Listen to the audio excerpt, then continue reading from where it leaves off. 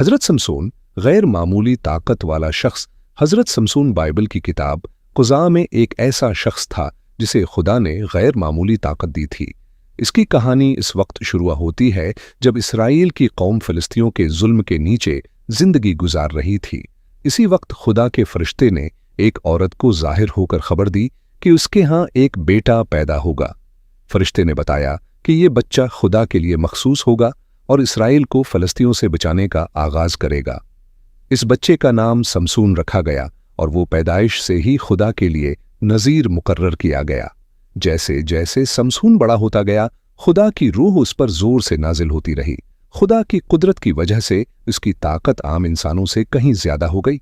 एक दिन सफर के दौरान अचानक एक खौफनाक शेर इसके सामने आ गया, लेकिन खुदा की कुव्वत से समसून ने अपने खाली हाथों से इस शेर को चीर डाला।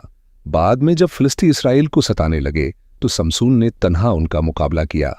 एक मौके पर इसने सिर्फ गधे के जबड़े की हड्डी से 1000 फिलिस्तियों को शिकस्त दी। एक और हैरान किन वाकया इस वक्त पेश आया जब समसून गजा शहर में था।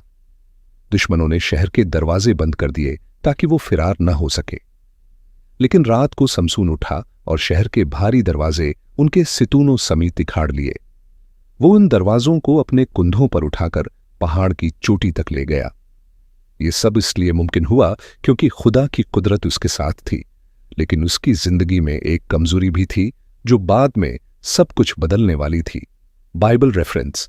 आप इस पूरी कहानी को बाइबल की किताब जजेस 13 से 16, कुज़ा बाब 13 से 16 में पढ़ सकते हैं।